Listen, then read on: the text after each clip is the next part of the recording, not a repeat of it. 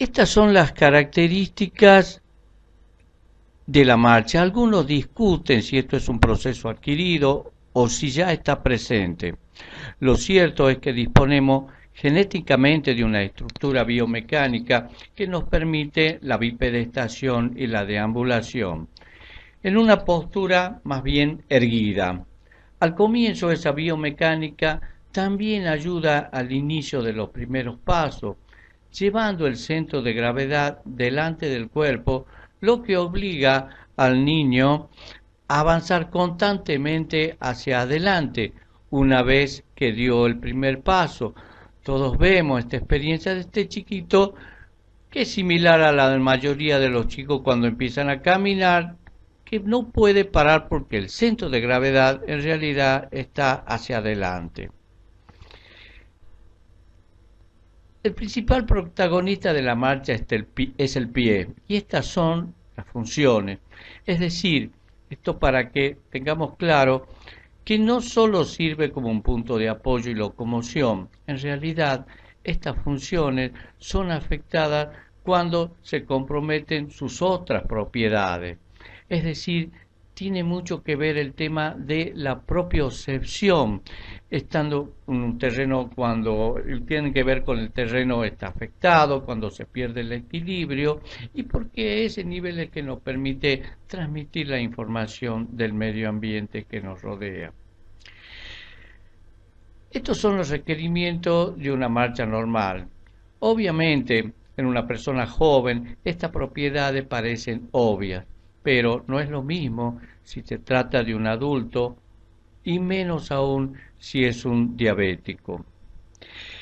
También hay test para la marcha, como el test de Tinetti, ya sea, lo vamos a conversar en algún momento, pero en realidad lo que busca en definitiva es sacarlo al paciente de su estado de equilibrio, ponerlo en una situación inestable y establecer distintos parámetros para ver cómo se recupera de la misma.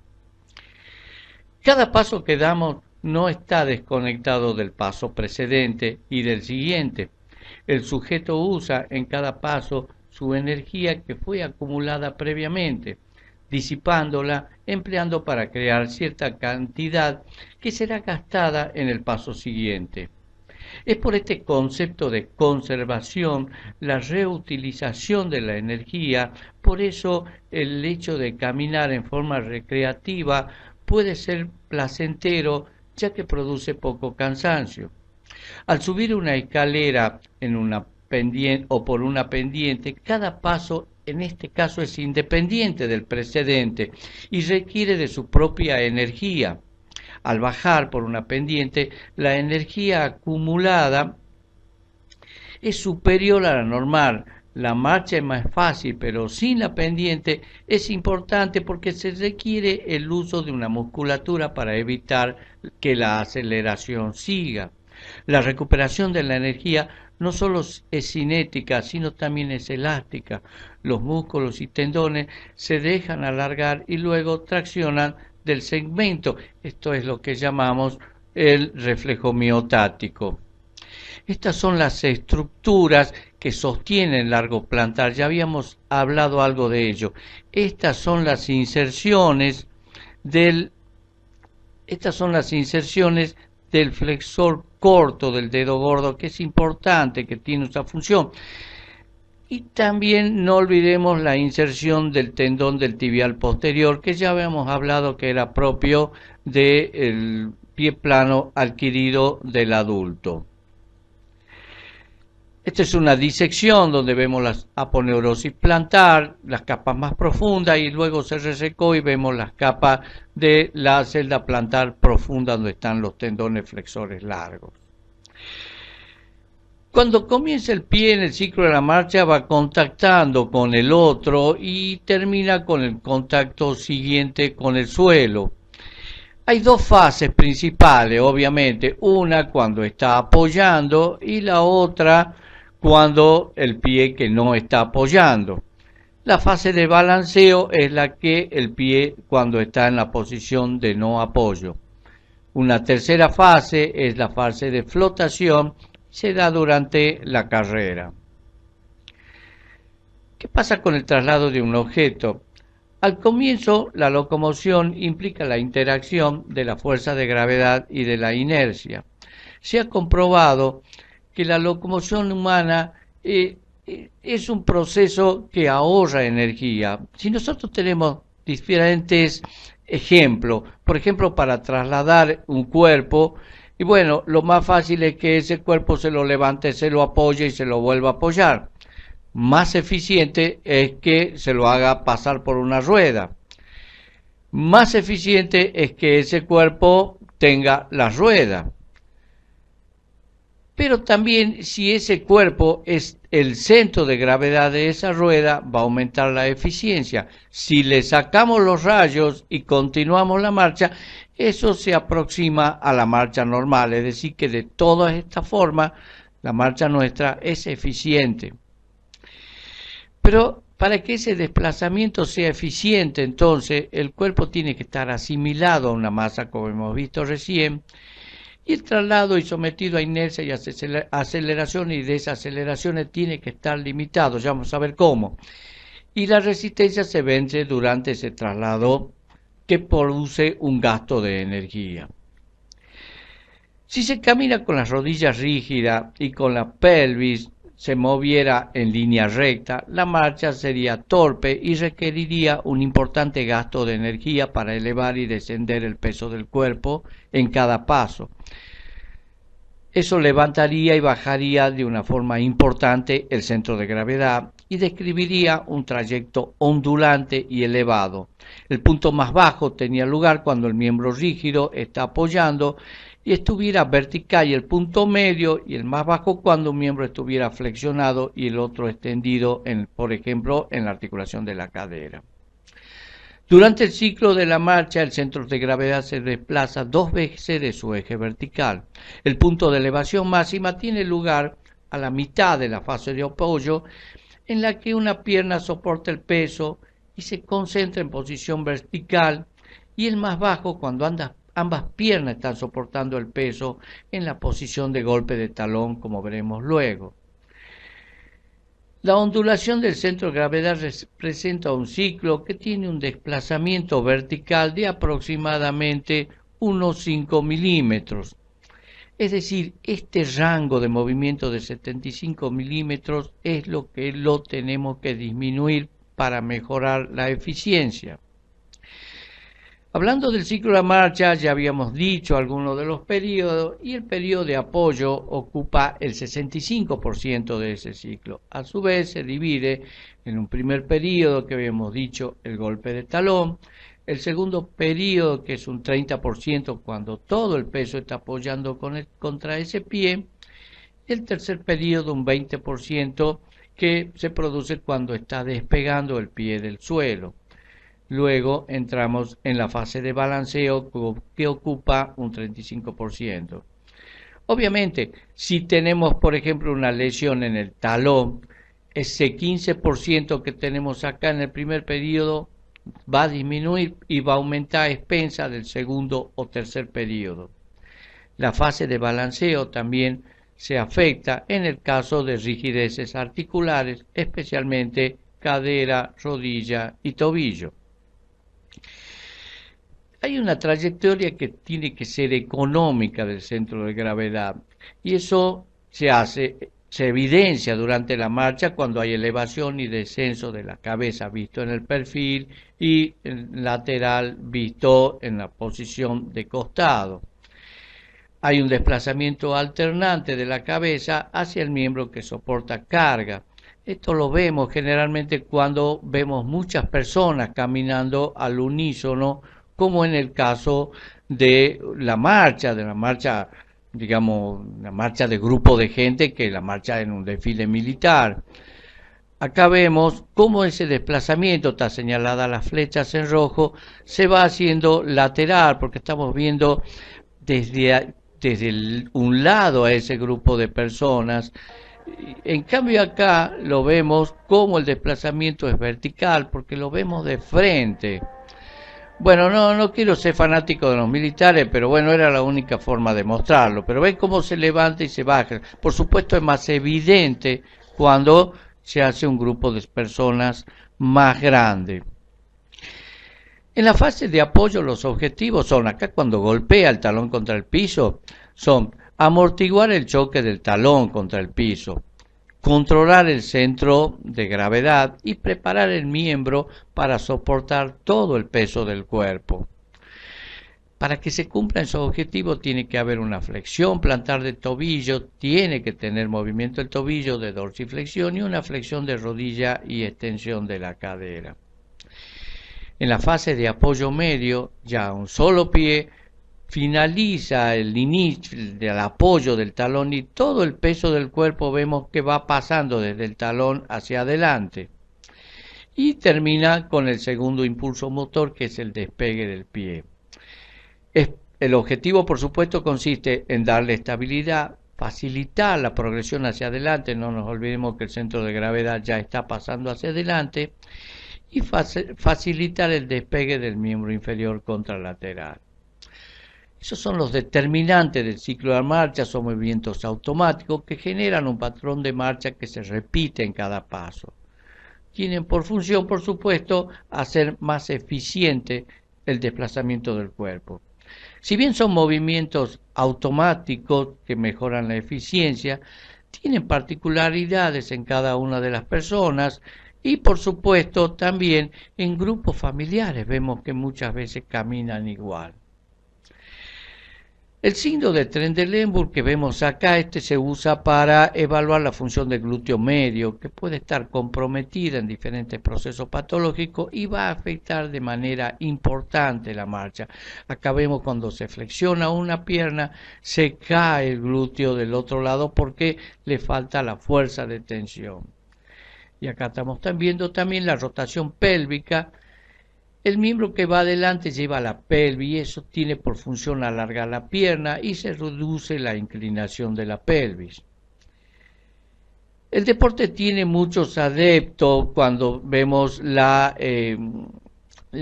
rotación, los movimientos exagerados cuando se camina en una posición que digamos no es funcional.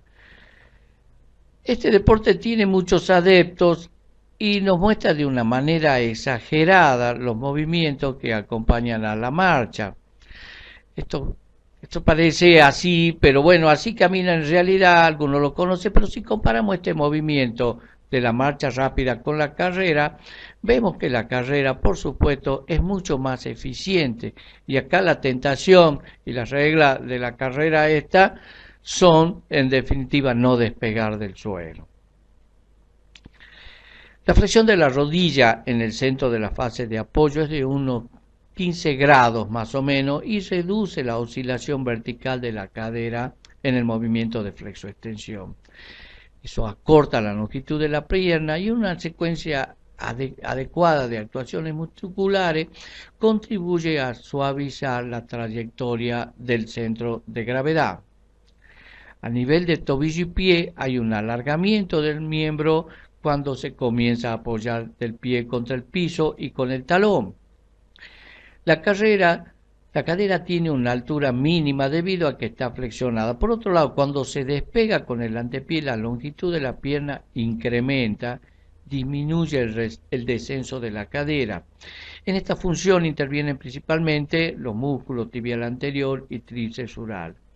En este caso que estamos viendo acá, sucede todo lo contrario, ya que el paciente no despega del piso de una manera adecuada, no es eficiente la marcha debido a que tiene una amputación en el antepié. Esos puntitos blancos que están viendo ustedes son puntos reflexivos cuando hacíamos el estudio de la marcha. Y ahí veíamos la trayectoria del movimiento de las diferentes articulaciones, como estamos viendo acá, y como habíamos visto, por ejemplo, en las imágenes anteriores, donde esa línea puntuada nos va mostrando los movimientos de la pelvis, las rodillas, el tobillo y el pie. Y eso nos da un resultado, eso más el apoyo de las presiones plantares, tenemos una idea de una visión tridimensional de esa marcha. Nos sirve para evaluar distintos tipos de alteraciones. Es decir, que ese desplazamiento en el plano sagital implica una rotación de la pelvis, como habíamos visto, una báscula hacia el lado que está sin carga, flexión de la rodilla y coordinación de movimiento de rodilla y tobillo. En un paciente diabético predomina la limitación del movimiento, debilidad muscular y el déficit de control neurológico. También hay un déficit de propiocepción y de coordinación en la contracción muscular. Todo esto es una participación clave que nos va a dar la particularidad de esa marcha y que en definitiva va a producir las lesiones. Estos pacientes que tienen un predominio neuropático no solo presentan un déficit o pérdida de la sensibilidad protectiva, sino que también presentan diversos grados de compromiso de los músculos extrínsecos e intrínsecos del pie. Eso habíamos dicho, que la glucosilación de las proteínas hace que haya una elevada concentración de glucosa y produce una alteración de las estructuras de las fibras que componen el colágeno. Eso limita la movilidad articular, va a producir una atrofia de los músculos, va a llevar también a deformidades, porque en definitiva también se va a afectar la viscoelasticidad tisular. Esto se agrava si está acompañado por una disminución de la agudeza visual, que es producto de la retinopatía diabética, la cual es una complicación también bastante frecuente. Bueno, y ahora vemos un poco cómo evaluamos la marcha.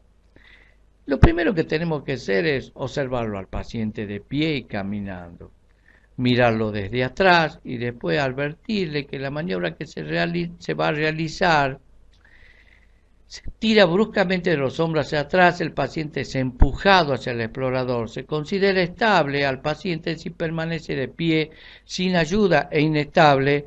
Por supuesto, si hubiera caído no nos voltea, pero si pierde el equilibrio. Este equilibrio está dado por la bipedestación estática y con los pies juntos. Esa maniobra es la que se llama maniobra del empujón.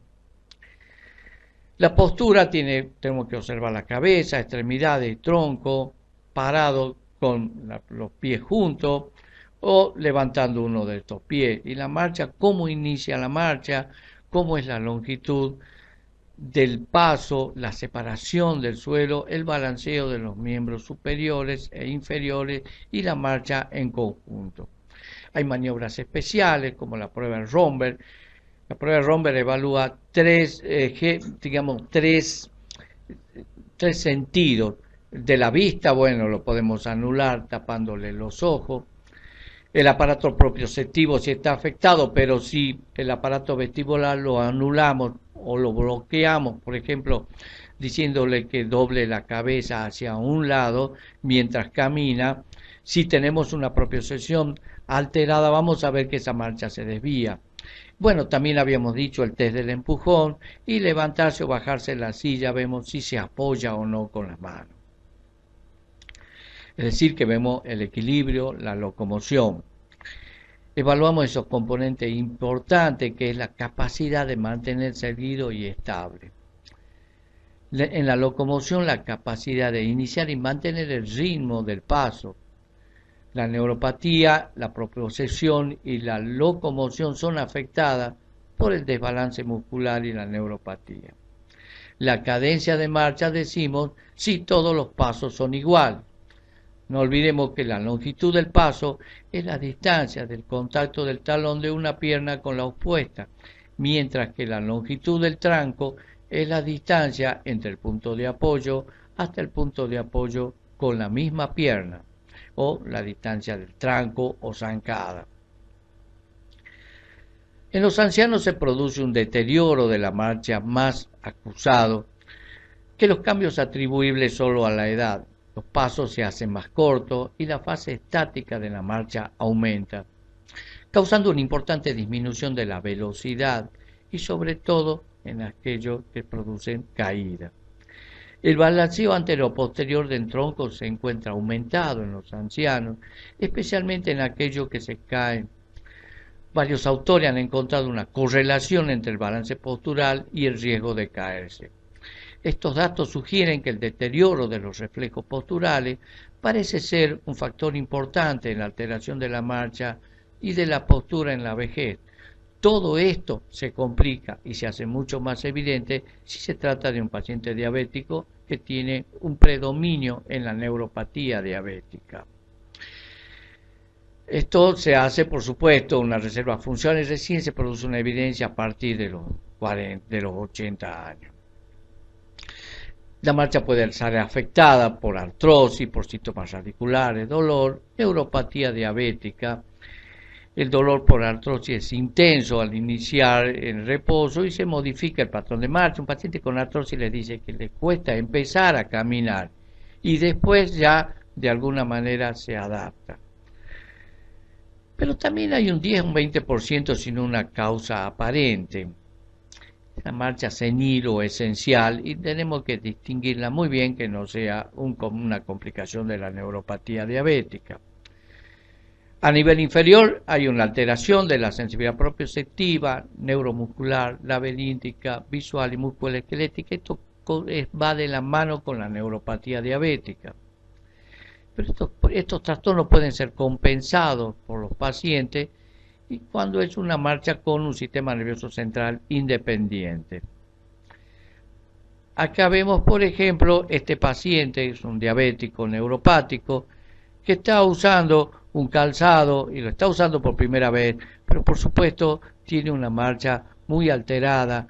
No se olviden que aparentemente pisaría con dolor, pero no le duele por su neuropatía, sino que ese apoyo lo está haciendo para buscar una mayor sensación desde la planta del pie, buscando exagerar su propiocepción para que le dé el equilibrio. Después poco a poco va adecuándose y empieza a caminar bien o bueno, dentro de lo que se puede caminar. Estas son las distintas causas que pueden afectar la marcha y que a nosotros nos interesa, desde una alteración de la bóveda plantar, una patología sistémica que habíamos visto, y la parte especial de los callos, verruga, onicocriptosis, onicomicosis, son todas afecciones que van a afectar el pie en definitiva. Y acá tenemos que saber, por ejemplo, estamos viendo quién es el que tiene una prótesis y quién no de estas personas. Evidentemente a veces es difícil, bueno, cuando sepan quién es, se van a dar cuenta que sí era evidente, pero al principio no, bueno, y ahí está quién es, él está usando una prótesis y realmente la marcha es bastante funcional con la prótesis. Después vamos a conversar también qué pasa con la prótesis con la marcha.